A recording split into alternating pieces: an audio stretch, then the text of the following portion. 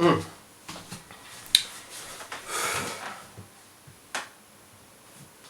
Alright, so,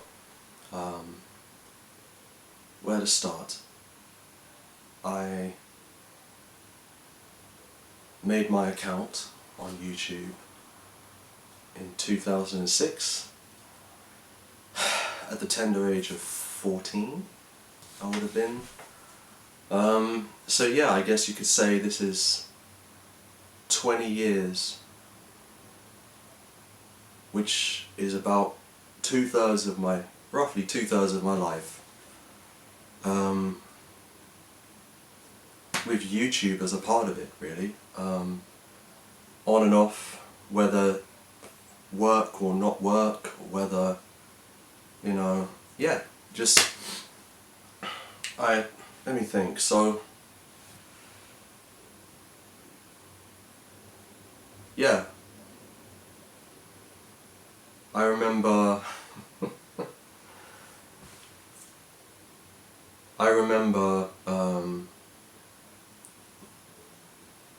see, I'm wondering if I should start right from the beginning or just pivot from when I made the account. But I'll start with this first. So 2006 I would have been in secondary school, also known as high school. It was a local school in Streatham. Good times. And I remember going to a music lesson, which was run by one of my favourite teachers in secondary school, Mr. Schmaus. Yeah, he had, do you know, or was it Mr. Tamoa? It was one of those two teachers. And they had the projector on the wall, I believe it was, in the back of the music room. So we had to go to this alternate building, which was like a gym. It had like a court in it.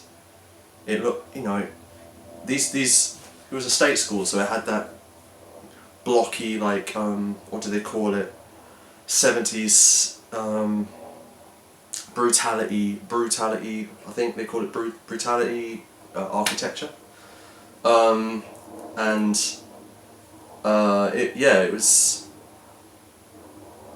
It just looked like a prison. But, you know, it was cool though. So we had to go to this building.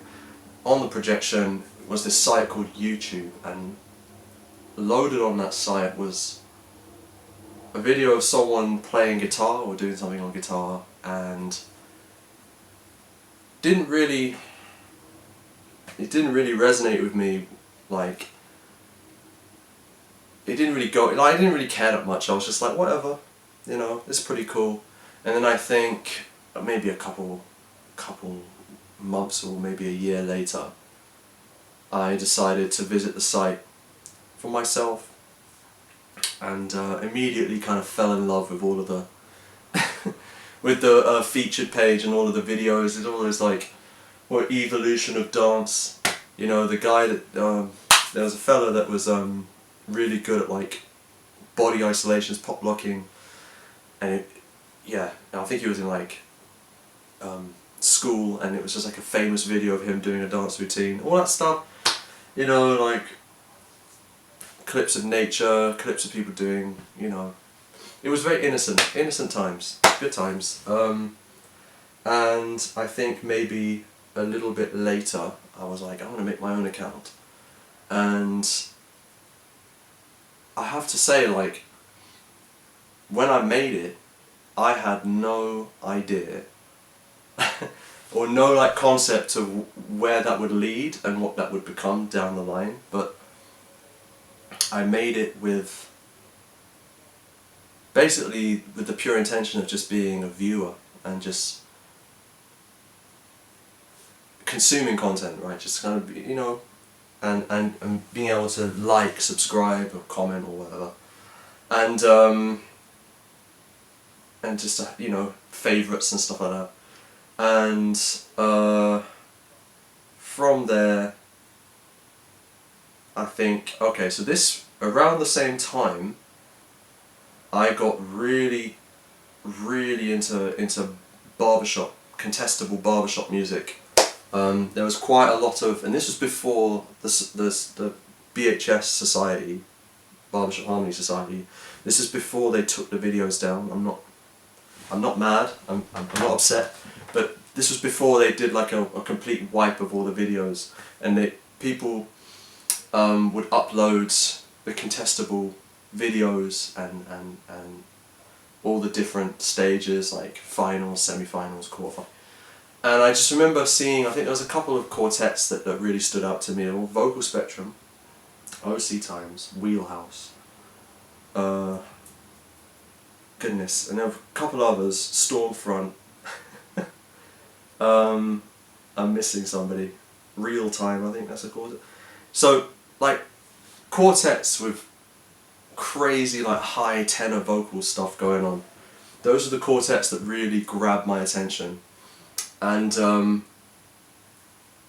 I was just blown away. I was blown away. I couldn't believe what I was hearing. I was like, I want to do this. I want to do this. So from there, I think I probably got wind of tags and started noticing, yeah, that was it. People who uploaded these contestable barbershop videos would also upload their own content, doing tags or basically the last few bars of an arrangement, which in most cases end with a pure major chord, like a 1-5-1-3 or a 1-3-5-1 or 1-1-3-5, you know? And or the old school one, the 1-5-3-1, you know? But yeah, so like stuff like that, and some notable channels. BHS, Barbershop Harmony, BHS Nerd, and Finally, or Finally, I'm not sure. And those are the ones I think I would watch, the two that I'd watch like all the time. And I was like, oh yeah, I want to be able to do this. And I've got to break it to you, back in 2006, 2007, maybe it was because my voice had not long broken or something, but my voice was deep in the bass baritone, deep in like the bass baritone, and past like middle C, D flat above, it would just break into this like fluty falsetto. There's a huge gap in my voice, this huge range gap, and I just remember getting so frustrated because I'd be like, I'd be hearing these ridiculous like high tenor vocals, these crazy posts, long notes, and I'd try and do them and I'd be like, you know, I'm straight screaming my face off trying to hit these notes, losing my voice all the time. My mum, she's a classical soprano singer, so she was just like, what are you doing? Why are you doing that to your voice? You're going to give yourself nodules. Stop it, you know. And yeah, it's just, you know, it was just nuts. It was just nuts. And you know, I'd be in secondary school and I'd be like dying to get home to like sing a tag or put a tag together. And I'd get home, put the tag, lose my voice, be shot for a few days, and then rinse and repeat. I'd do it again, and then eventually I summoned the courage to upload these tags to YouTube. And I didn't have any video equipment, no video editing skills whatsoever, and I just started uploading. Anyway, let me quickly check the camera, see where we're at. Alright. So yeah, it's only just 20 minutes at a time, so you know, forgive me. So yeah, I started uploading, and I don't even know if this video is in focus, but we'll just you know, charge it to God, charge it to the game. All right. So yeah. Yeah. So I. Where was I? yeah, I uploaded them to YouTube, and I have to say that there was some, you know, I did, you know, I did get comments, like one comment every like 2 months or something. You know, one like every 2 months. I remember the old YouTube system where it used to be like comments, likes, favourites, I think, and it would just, and it would go up or go, be it 0, and then it would go up depending on what you got feedback wise. And I remember looking at that and then seeing it go up and being like, oh my goodness. And then yeah, so yeah, so I got some, you know, some constructive criticism. I got lots of constructive criticism. People like, try this, try that, you know, this is how you can hit higher notes. This is how you should mix. Your reverb's a bit this, your timing's a bit off. You know, there's this background noise, all this, you know, friendly kind of stuff. And then I'd get these horrible, horrible comments. And I remember one of them in particular was just so nasty and so like. And they went on to start insulting my physical appearance, and I just remember being like, whoa. You know, I'd never experienced... I mean, we can go into my whole primary school, secondary school experience. I was, you know, a different kid, very different from everyone else in that regard. You know, for the late, you know, mid to late 90s, 2000s, I was quite out the box. So that would lend to for me being picked on, and I was quite a funny looking kid, so I get picked on. So. But this was like a whole nother level, because it was obviously, the person was anonymous, and when you're anonymous, you know, all bets are off for some people, and I just remember being so shocked that someone would feel so negative about a 15-year-old, you know, teenager posting multi-track videos. But yeah, but you know, with all that being said, that was the beginning really. That was the beginnings, was posting tags and trying to imitate my favourite kind of YouTube multi-trackers, or as the Americans say, multi-track, you know, multi-trackers. So,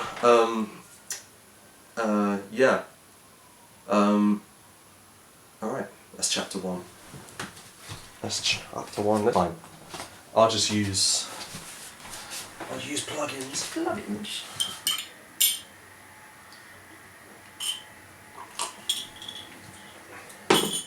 Alright, I've decided that I'm going to break this up into chapters. That way I can kind of get my head together for each stage. Alright, so I kind of gave, in the first chapter of this, I kind of gave you guys the beginnings of YouTube, but I really want to actually give you the beginnings of me, and the person that formed before YouTube even existed. And I think that would maybe give you guys an idea, a better idea. I think, you know, I feel like this is overdue, like a better idea of why my YouTube account is the way it is, why I'm the person that I am, why I make the creative decisions that I make, why, yeah, why I guess, you know, things panned out the way they did. So, alright, so, born in 1991, in Greenwich, Greenwich Hospital. Apparently, I was in the newspaper because I'm born on Christmas Day. So I was born on the 25th of December, and I was in the newspaper apparently for this, and I have yet to.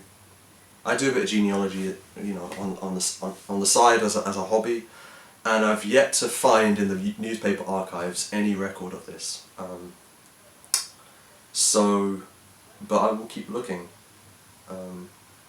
And I was born to two musician parents, both violinists. Both were violinists, it's their primary instrument. My mum explored other instruments. She did a bit of singing, she did a bit of clarinet. Yeah, so she'd probably say a bit more than a bit, but her main instrument that I knew her primarily, and my dad, is violin. My dad plays, well, he's retired now from the LSO, so congratulations to him. You know, after a very long career, it's pretty extraordinary, and so I was very exposed. So my first exposure to music being that, so okay, so my mum also was very into literature, poetry and songwriting and lyric writing from a very young age. And her influences actually were more along the line of some of the Americana stuff, some of the early kind of singer-songwriter artists, but the one big one that is important to this story is Stevie Wonder. So I was raised on a diet of Rachmaninoff from my dad and Stevie Wonder from my mum, which is a crazy combination, and I don't know if my parents know this story, but when I used to listen to these musics, along with other artists, but those are the two main ones, I would have like really intense like visualizations that would play out in my head, and it felt so real to me that I would get panicky, particularly with the Rachmaninoff, as you could probably imagine. So I'd imagine like entities, like, you know, like scary monsters and stuff, listening to it, and I'd get really like, you know. But yeah, no, it's treasured memories though. You know, whatever you might think of what I said, treasured memories. Loved it. As I got a bit older,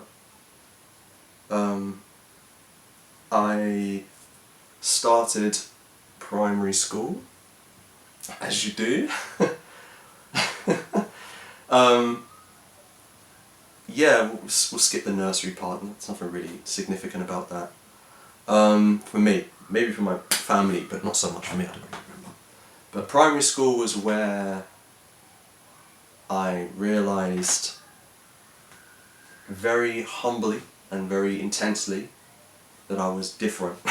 That I was different from the other kids, and it wasn't taken well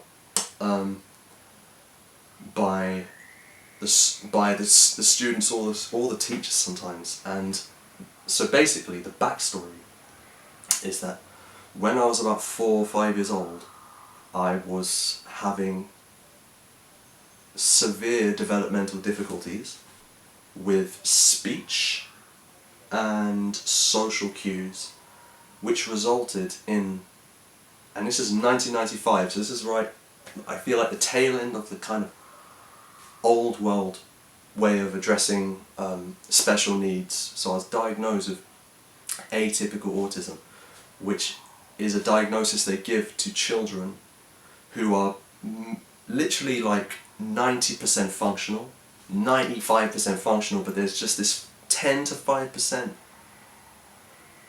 of the child, the young child, in my case, infant, that's just not functioning in the way that people see as the status quo.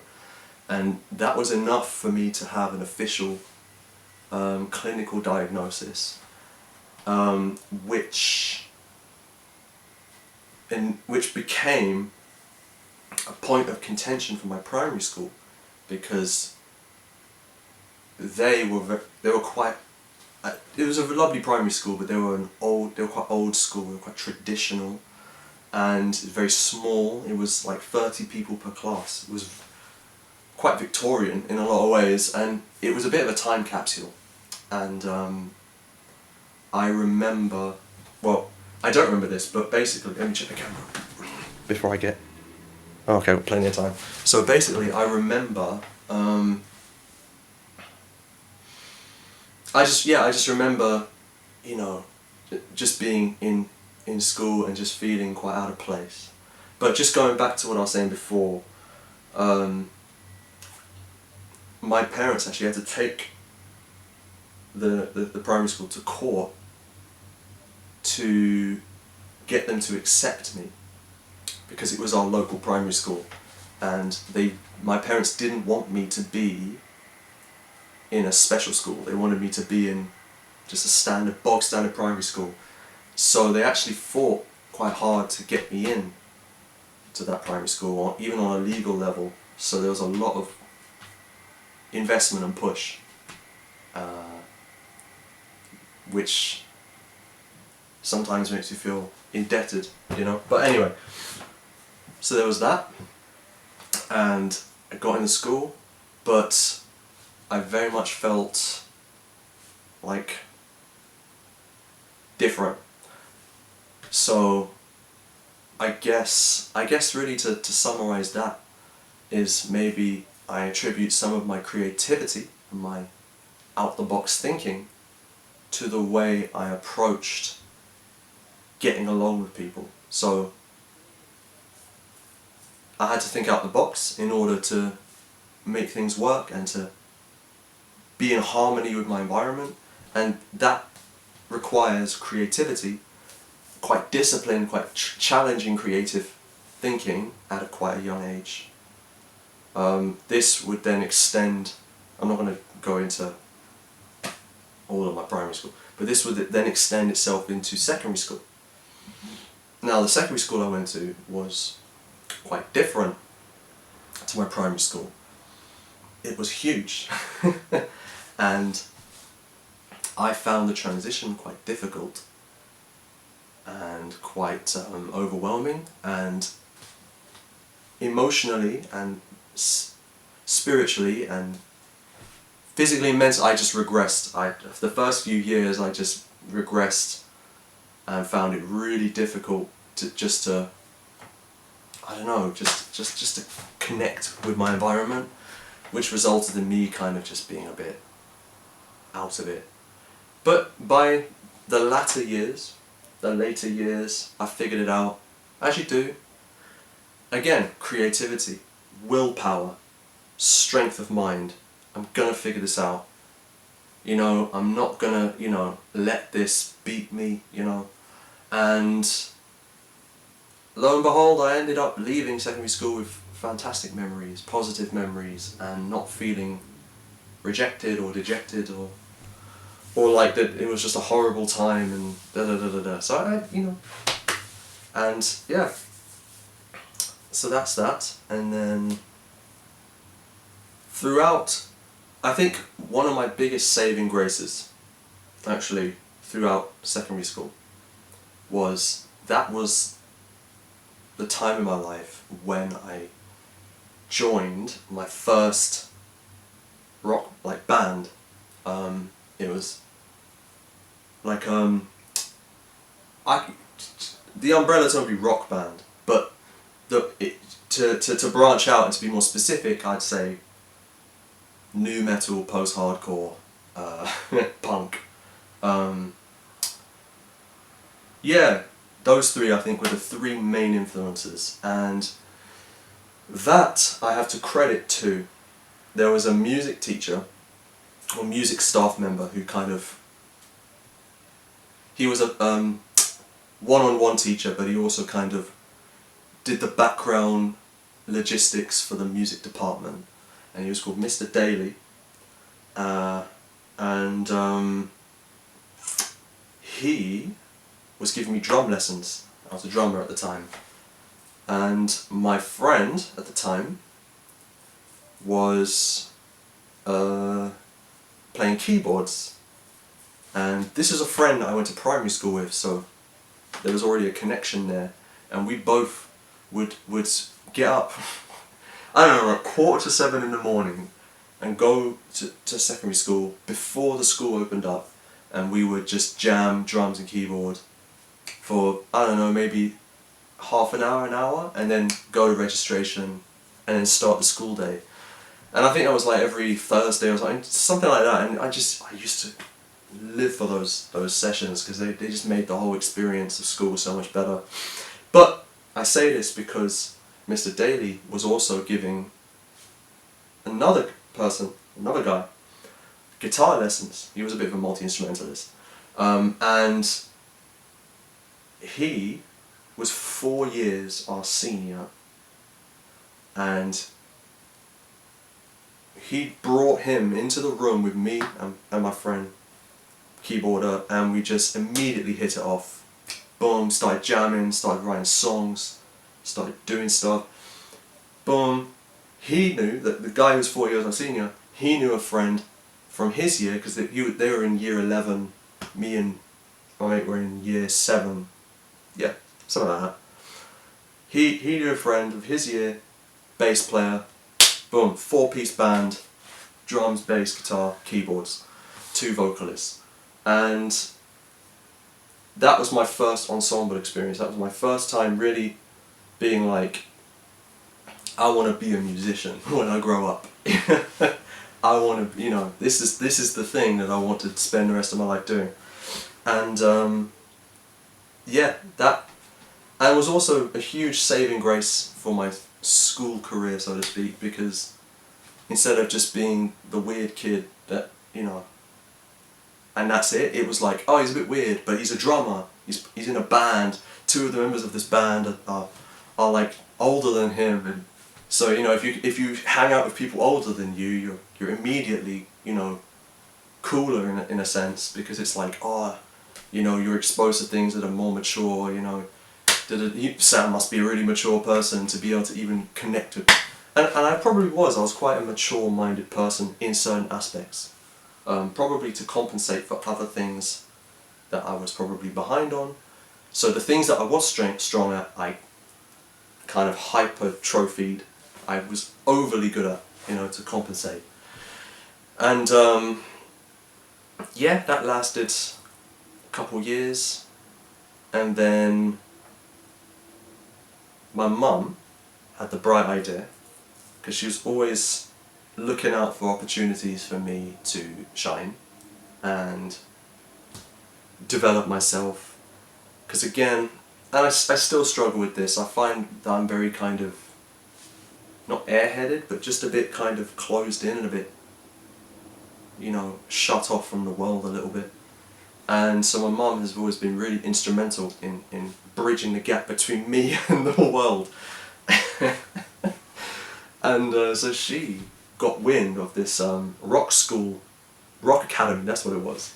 And I think this may have, so the backstory of Rock Academy was that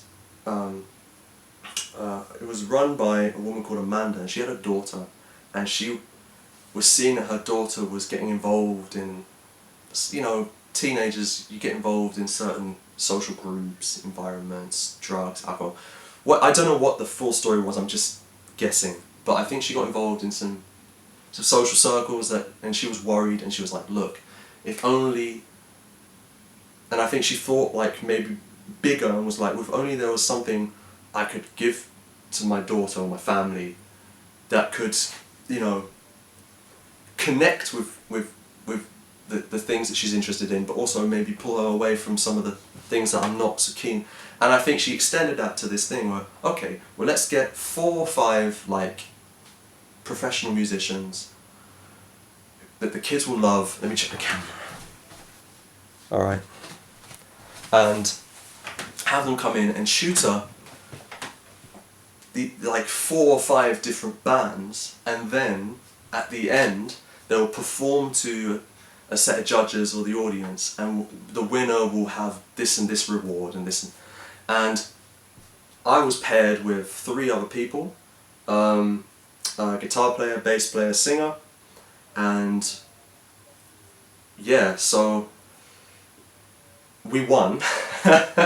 We won by a thread. There was another group that was really good, and they did a Talking Heads track and something else, can't remember. We did, I think it was Arctic Monkeys, Monster, and Radiohead, Creep by Radiohead, and we won. I was still a drummer at the time. I was playing my ass off. I used to smash the crap out of the drums. I used to play so hard.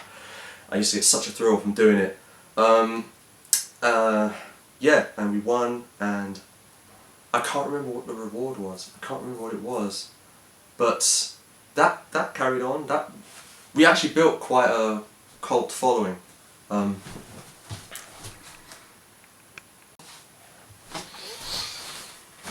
that kind of, so yeah, we built quite a cult following.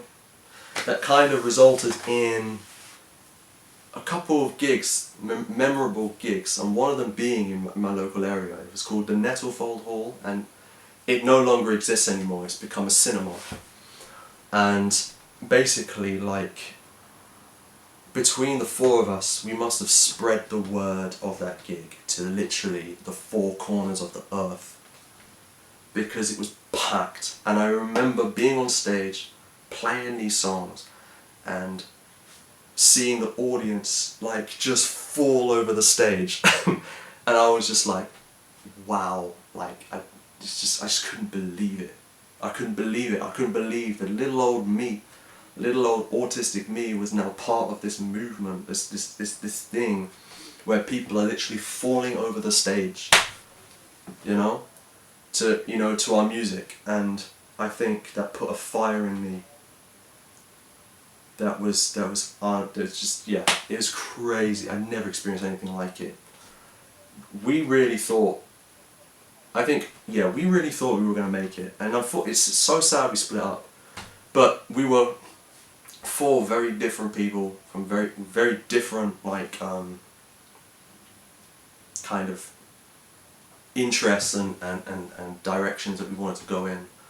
And very strong personalities, and I just think just artistic differences, and it's fine, you know. But yeah, that's band number 2. There was a couple of other side projects that happened. Band number 3, I was the next big kind of thing, and that I had worked my way up from drummer to guitarist and backing vocalist. So yeah, my mum had always told me, you know, Sam, I want to see you, you know, at the front of the band. I want to see you front and center. You've got so much to give musically for you to be in the back. So she was always kind of pushing for me to kind of take the front, or move to the front of the stage and showcase the fuller range of the creative spectrum that I could offer. So that did kind of, I guess, the stars must have aligned. Boom. I became, so this is now in college, I became really close friends with a singer-songwriter guy, played acoustic guitar, sang, had a crazy voice. I just never heard anything like it. And it used to make my it used to make the hairs on the back of my neck stand up. I used to be like, this guy can sing. Such a good singer. I was like, I'm going to work with this guy. I told myself in my head, I'm like, I want to work with this guy. And basically, around this time, I had progressed, because concurrently to all of this, I was still doing my YouTube thing. I was still making YouTube videos of tags. And at this point, I had posted, now this for people that have been with me since 2008, I had posted a cover of Elijah Rock, the Moses Hogan arrangement. Elijah Rock, Rock, Elijah Rock, Elijah, Elijah Rock, Rock, Elijah Rock, Elijah. And this individual who, so we're now third band that I've ever, third main band of my life career, you know. Yeah. Sorry, my camera overheated. It will probably overheat again, but for the meantime, I will try to continue. So this is my third band. And yeah, so third band, so it was started as me and a singer-songwriter fellow. I went to Brit school. I may have not mentioned that. I went to Brit school. This is where I met him. He, I fell in love with his voice, his songwriting. He heard my cover of this Elijah Rock, and I remember him messaging me. This must have been back in the MSN days, and he was like, "Wouldn't it be cool?" Because we just also had a lecture from one of our teachers. What was it? Mr. McInnes, and he was showing us a band called My Bloody Valentine. Now, don't let the name fool you, it is not an emo band. It was a shoegaze band from back in the 90s. and they had these huge guitars, wall of sound guitars, but these soft, like, delicate vocals. There was like a male, Kevin Shields was like the main front guy, and then it was like, it was Belinda. She did like the BVs, and they both played guitar, and they both had the whammy bar and the bend in the chords and stuff like that. And we both listened to this, and we were both like, this is the greatest thing we've ever heard in our lives. And I think after that lecture, he messaged me and said, why don't we start a band where you do your vocal harmony stuff and we combine it with the shoegaze? And I was like, yep. Yes. And that was the start of that band, and excuse me. That was the start of that band, and we did very well. We had a couple of small record deals, album release deals. That lasted throughout my college, and I went into I went into my first attempt to go to university. We were still going. I quit after 6 weeks. I didn't like it, didn't like the vibe. And yeah, and then I went, so basically, the other member of the band, the singer-songwriter that I connected with, that we started the band with, he went to a university called Goldsmiths, and when I applied the first time I got rejected, and so I reapplied on the year that I dropped out of the other university. It was in Sussex. I reapplied and got in on the year after, and so we carried on with the band, did some cool things happened, blah blah blah blah. And this was also around the time, so parallel to that, on YouTube, I'm missing a lot of stuff, parallel to that on YouTube, I was starting to get into like more hymn, gospel, Christian music, Voices of Lee, but also like some of the like a cappella Americana, like the Epcot voices from Disney. So I was starting to do arrangements and transcriptions and covers of all these 8-part vocal groups, you know, and wanting to kind of explore that sound, which then culminated into I Need Thee. Those main 4 hymns from way back, I Need Thee, Be Thou My Vision. So yeah, overheating again, but yeah, so it culminated in, so yeah, as I was saying, whilst I was in the band, I was also kind of doing these, also around the time, I think, I missed out the whole bit where I got into Take 6.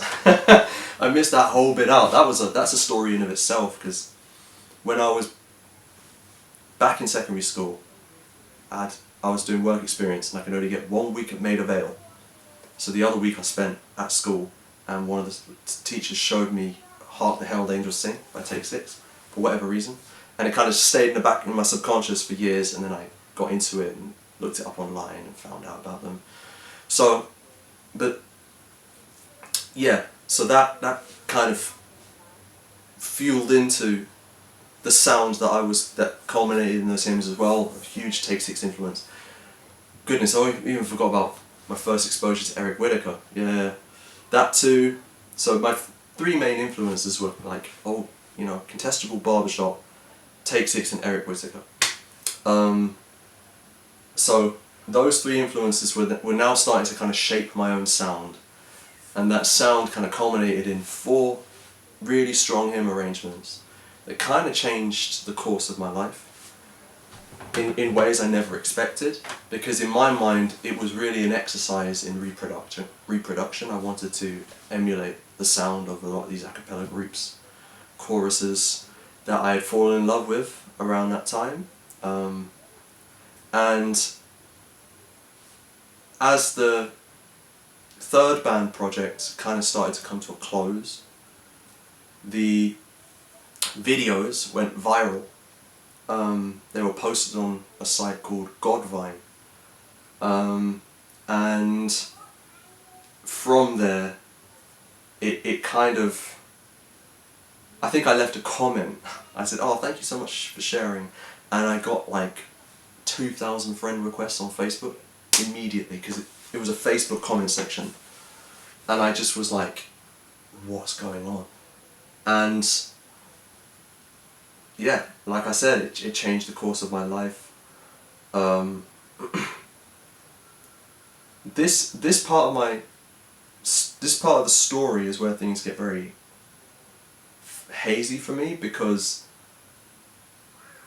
I think the change in my life, the changes that were happening in my life around that time, were quite like intense. If we go back to, you know, me being a little special needs, a little bit different, developmental issues and stuff like that, I think it's the only thing that can explain why I didn't handle it very well. I also forgot to say, around the close of my band experience, my third band, I then joined another band, which was the result of a social connection that was made. I don't even remember how it was made, but that's what it was. At Goldsmiths, there was a gig. There was a local pub. It was just like opposite Goldsmiths, basically, and there was a night going on, and there was an a cappella group performing, and I was like, I'm gonna see that. And I was actually gonna go with my friend and fellow band member from the third band, the one I started it with. I was actually gonna go with him to that event. He couldn't go, had other plans. I was like, fucking, I want to go anyway. Screw it, I want to go anyway, and because I've got to see this group. And I remember being like, I remember going. Alright. Camera cut off again. This time I've got an ice pack. Ice pack on top of the camera. Hopefully that will keep it cool. But so, with that being said, yeah, so, yeah, this little section of my life, there's so much was going on that I'm really struggling to piece it together, but I'm going to try. I'm going to really try, because it is the pivotal shift where I went from basically, you know, a nobody to like known around the world in a very short space of time. And yeah, it's on a small scale. I mean, I wasn't a mainstream artist, but it was significant to me. It was really unexpected. You know, there was no promo or anything like that. So around the time of the third band I was in, as it was kind of coming to the end, I ended up connecting with another group, pre-existing formed group. They were a vocal a cappella group, so a cappella group. And they were a 5-piece, I think, and then they went up to a 6-piece. And I went to see them for the first time in New Cross Gate. They had a little gig in the local pub, and to the university that I was in at the time, and I just was so blown away. I was like, wow, like the people are doing like that vocal a cappella thing, that take 6 thing, they're doing it here. And I was like, I've got to join this group. I have to join it. This did eventually happen. They went up from a 5-piece to a 6-piece. One of the members left. After befriending the MD, the main guy of that group, I ended up joining. And yeah, so I guess the trajectory of me from drummer to guitarist and now to singer, like full on singer, I was taking on solos. So now I was at the front, and I was just on pure adrenaline. I was just on a pure high the whole time. I was so, I was just so like overwhelmed. I was just like, you know, I couldn't believe it. I was like, I can't believe it. I've gone from being at the back to the front. I never thought I'd be, you know, in a a cappella group. I never thought I'd be doing solos. I never thought I'd be, you know, a frontman of any capacity. And that group was great because I was able to arrange. I was able to have arrangements sung and performed, which was a huge thrill and a fantastic experience. I was like, wow, you know, I can now arrange something and pitch it to the group and have them, if they like it, they'll sing it. And that was when I think my live music experience kind of leveled up. The kind of gigs this group was getting were much higher stakes, much higher level. You know, there was a couple of people within the group who were quite well connected, and that paid off in a lot of ways. And around that time, like I said, I also started going viral, and then I was also at the tail end of the third band that I was in. So in the end, what happened is I started to kind of be like, okay, time to quit this third band. So I quit, I left, and I focused on YouTube and the fourth band I was in, and kind of make those two things the priority. I was still at uni. I think I was in my second year at the time. So, was it 3 years? Yeah, it was 3 years. So since second year, and by the time I quit, I think I was in the third year then. So final year of Goldsmiths, and yeah, it was just go go go go go go go. I had a bit of help and assistance from that kind of continued from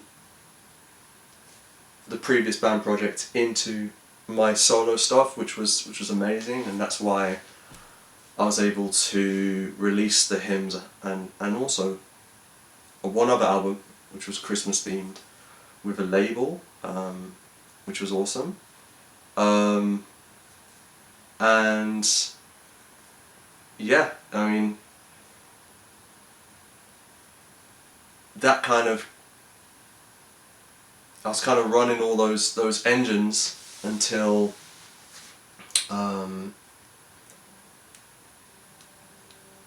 well, basically I think the group came to an end around 2015, I think. I think the vocal group I was in had a great ride, but in the end it came to an end, and that kind of springboarded another project. At this point on YouTube, I was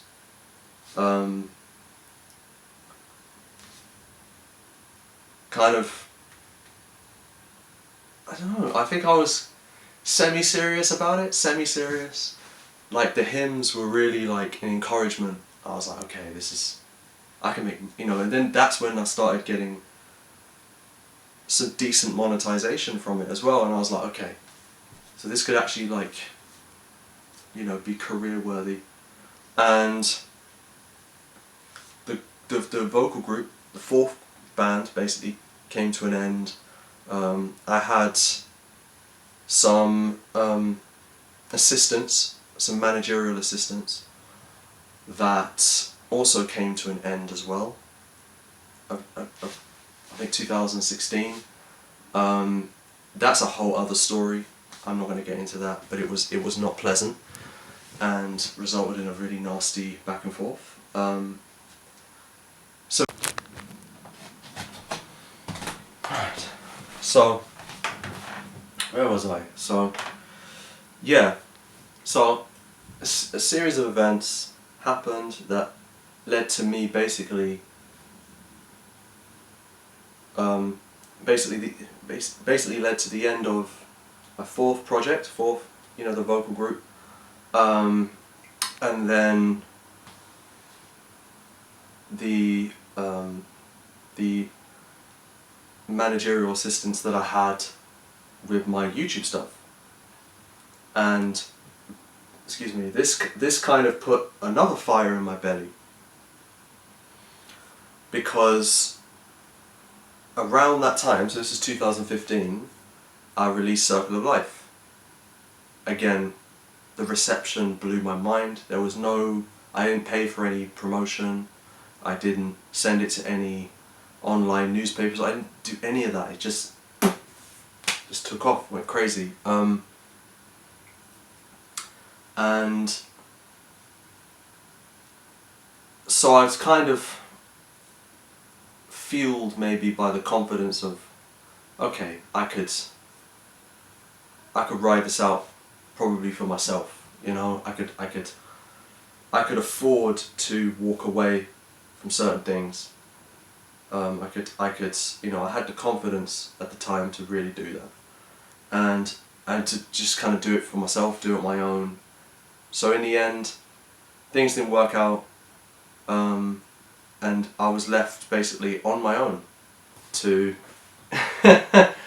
to basically kind of, either commit to this YouTube thing on like fully, or not. And in the end I was like, look, this is the thing that has been running concurrently with every other project, all my education stages. It's been there since I was a teenager. Since my mid-teens, it's been running concurrently. I've always put my time and attention into other things, never really took it seriously. It's now or never. I've got a couple of viral videos under my belt right now. I've got, social legitimacy, so to speak. I got that sense of like, well, I can justify it. I got justification to commit. And that is when I was like, okay, cool. So 2016, I'm going to put everything into YouTube. I'm going to put literally my heart, my soul, my entire spirit, everything into YouTube. And that's when all of the ridiculous projects showed up. The Michael Jackson one, which was the 10-year mark of my YouTube account, and the Disney ones, the Hercules, Go the Distance, basically all the Disney ones, the Pocahontas, even the Prince of Egypt stuff. I even did a couple of like extra stuff, like just crazy projects. The Sonic one, I did Sonic the Hedgehog music. I started doing original music as well. I just anything that triggered like strong inspiration and drive in me, I did. I didn't think about or even consider like brand identity. I didn't even consider that long term. I just was like, whatever my heart says I'll do, I will do. And that is what you see. It's just my heart saying, I want to do this, and I'm going to do it, and I'm going to do it to the fullest. And yeah, and that kind of stayed pretty true, pretty consistent all the way till, I think, yeah, just like 2020, 2021. And then around 2020, 2021, I wanted to do original music. And that's when I really committed to original music and started introducing that. And to the way I felt ready to introduce that, that's been fantastic. And I think I got pretty good reception off of those projects. And I think since since then, I think what happened is around 2020, 21, 22, I started to feel the effects of what YouTubers would call burnout, but not like not like an extreme burnout where I just stopped and I was like, I'm never doing this again. I don't know, took a year of breaks. It didn't get to that point. It was just a thing of like, I can't do like Prince of Egypt scale stuff. I can't do like the Disney scale.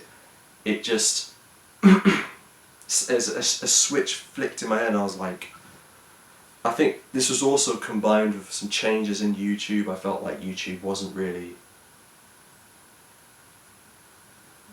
I hate to complain about YouTube because really it's choice, it's personal choices, but I do feel like there was a shift in the way YouTube ran, which made content like mine harder to reach the algorithm in a way that provided the dividends for the work that I put in. And I just want to say up front, those projects that I've done that are crazy massive and that, you know, I never did them with any expectation of financial return. All those big projects combined that I've done between like 2015 to like 2020, I think even after my death, I don't think I'll ever get the compensation back for what I put into those projects. I think that there will be a debt conscience on my afterlife, you know, for the amount of work that those projects, you know, took out of me and took from me, and but I didn't do it expecting money. Like I really was, you know, and I think I've just been in a privileged position throughout my life where I was able to make decisions without having to think about money like that. I was like, look, the money will come from the way in which my skill set can be combined with other people's projects and stuff like that, like through connections I make through YouTube. Excuse me. But the actual projects that I choose to do for myself, were done from a place of pure like wanting to give the world everything, wanting to show the world what I could do. I didn't care if the money came or not. It was from a place of pure love, pure drive, pure passion, and driven by nostalgia. Like there's music throughout my childhood that I loved and I treasured, and I wanted to demonstrate my love for that music. And there are a couple of projects, a couple of things I was involved in. I can't really speak on them. There's one in particular I can't really speak of, but it culminated in a very big company getting in contact with me for a project that unfortunately didn't happen, but the actual experience and the appreciation and just getting to speak with people and hear them talk about my arrangements and mention different videos that I've done and say, oh, what you did in this, what you did in that was so great. Just that alone was worth it. That alone was worth it. Just getting to meet people in the team and just have them be so blown away by what I had done was amazing.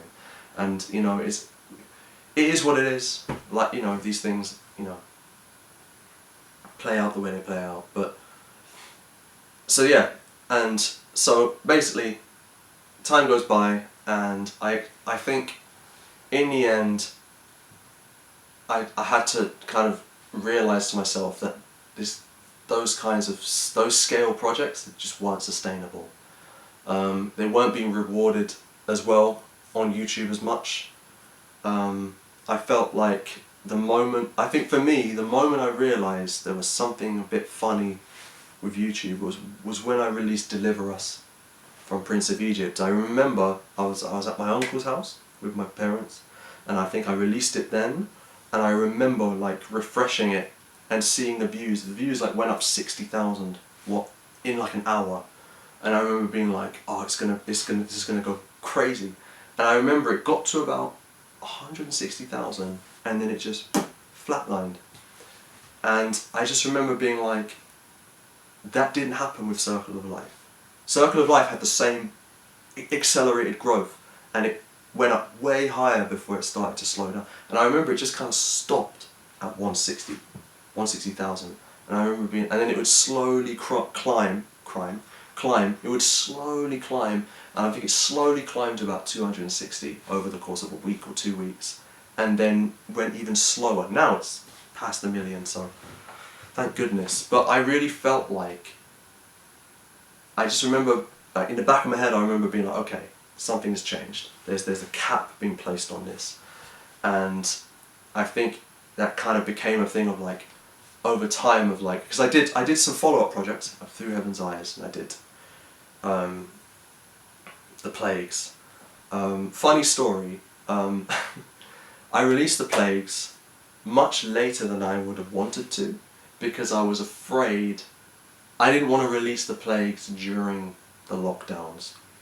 I felt like it might, it might send the wrong message. So I actually waited until the first lockdowns ended, which was, I think, late summer, August, September of 2020.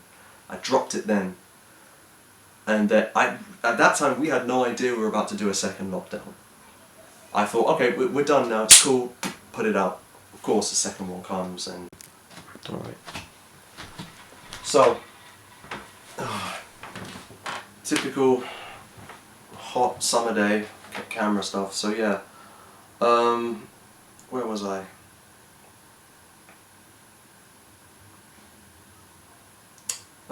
So yeah, basically, changes in YouTube, whether, it's superstition or not, I felt like there was a shift. I did follow up with 2 more projects. I released The Plagues after the first lockdown. We went back into a second one.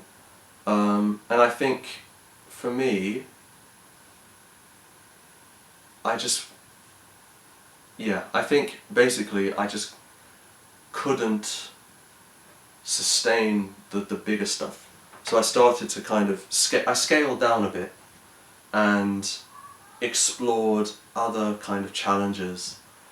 Like, okay, well I can make my arrangements really big, but how good can they be if it's just 4 parts, 3 parts, and exploring smaller scale stuff and putting more of the effort into getting that to sound good,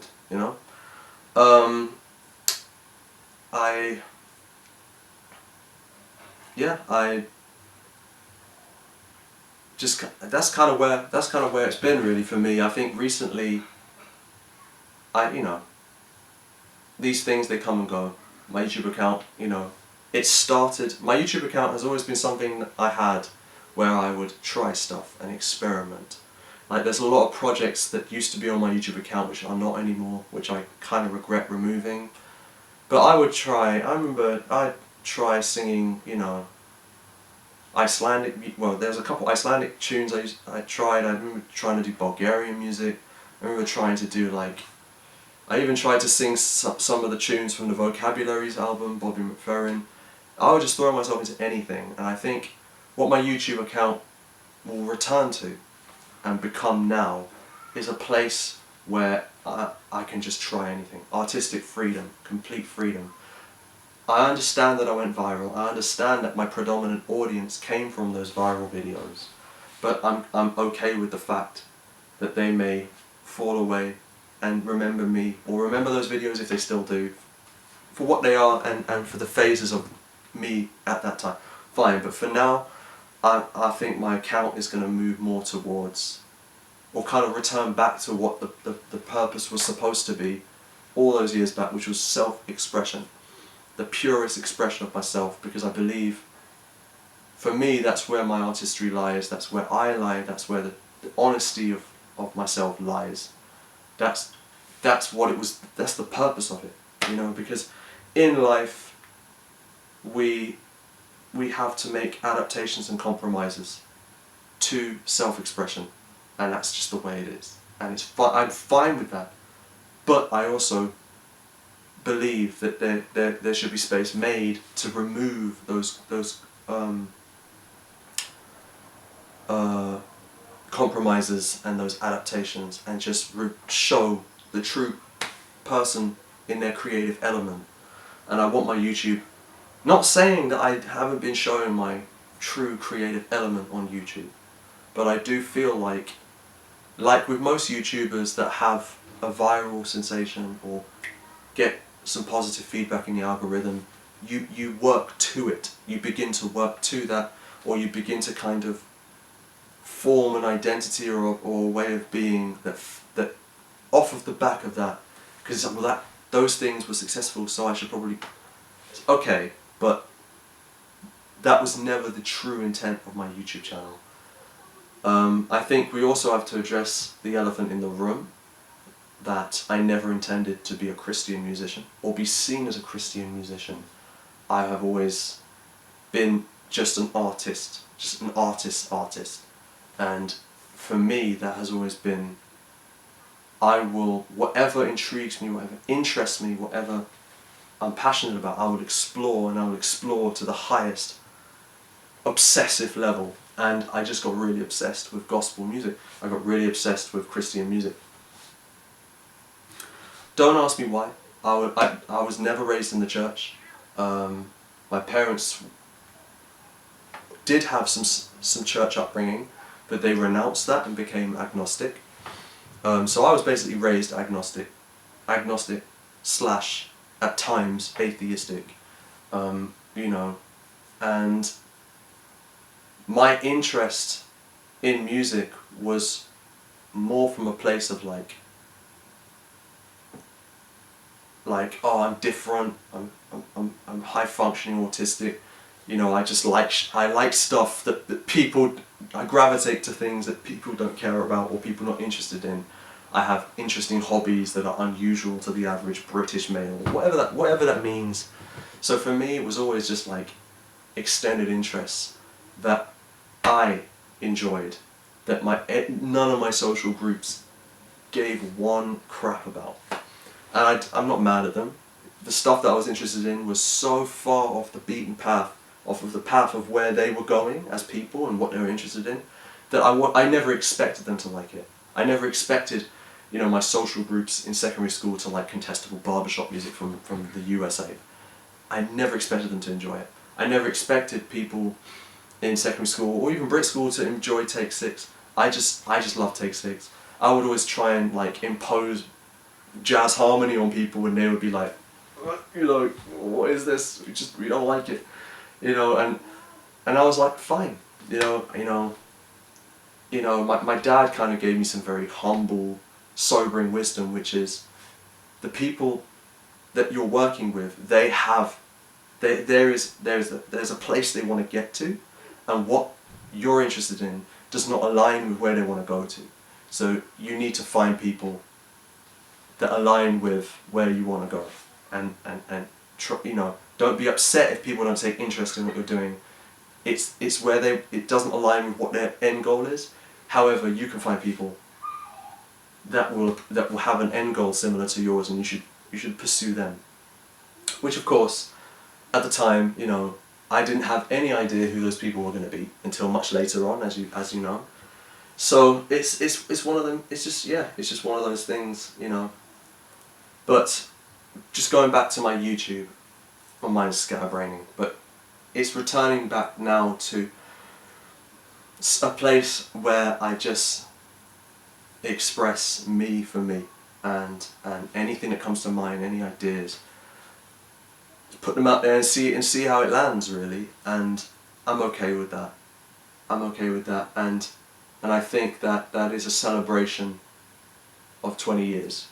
I over-exceeded on my expectations on this platform, so I'm still ecstatic. I'm still so happy that I'm even known in other countries. And I never thought in a million years little old me would have audiences in America. You know, I never expect, you know, people from different continents to even know who I am, let alone, you know, show their children my music. Like what? So yeah, it's a wild ride. It has led to amazing opportunities worldwide, and even though for me my YouTube is not as expansive, it's not big, I don't get the views I used to get, I don't care. I'm embracing it, going full circle back to the place where I started, which was a place for me to share music, creative ideas, push boundaries, you know, try things out the box, even more so than before, you know. I think even when things were more kind of viral, I was still pushing boundaries, but, you know, I want to take that pushing boundaries thing, or just doing whatever, and just kind of making that the primary focus again. And really, yeah, and finally, really, I just want this video to be a celebration of the channel, of the fans, the audience, you guys, and of, you know, the stages of my life that have led to, you know, all these things happening, all the people that I've met, all the experiences that I've had, and will continue to have. And yeah, it's been a wild ride, and I really, for me, it felt like I've like achieved exponentially past what I thought I could achieve on an internet platform, in terms of connections, opportunities, meeting people. You know, I never thought it would go in the direction that it went. I never thought in a million years I'd be known as a singer either. Like, it's so many things about this kind of looking back over my life kind of thing. There's so many things about it that just blow my mind. I just never thought, and I still just can't believe it. But you know, there's nothing else to say. There's nothing else to say. This is it. This is it. It's, you know, 20 years later, I just feeling really reflective and embracing it, really. Just embracing it. And I'm sure there's things I've missed out that I'll be kicking myself that I didn't say. But it would feel weird to double back like 10 years again, you know. But yeah. I know, oh, there's one thing I will say. I know that there are some people, you guys know who you are, that have been on and off, and sometimes consistently, watching my videos and commenting on my music and buying albums of Bandcamp for like, it must be at least like 18 years. 18 years. Like, there's some people I know that have followed me for like 15 to 18 years. And like, I can't believe, like, just the idea of someone seeing me kind of grow from a teenager to someone in their mid-30s. It's just so, and I've never met, like, with people, you know, that I've never seen their faces of, or never met yet. And, you know, there are times I'm like, I've got to find a way to do like a freaking meet and greet or something. But it'd be difficult, because like, having an internet fan base. Right.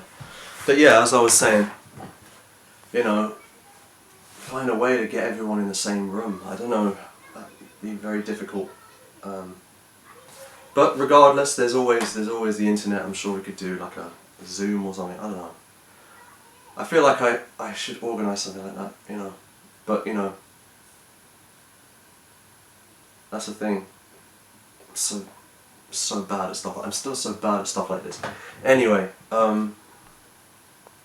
it's been a pleasure. It's been great. This is not a like goodbye, but yeah, I suppose, yeah, you know, I think I've said all the things I want to say. So take care and have a lovely day.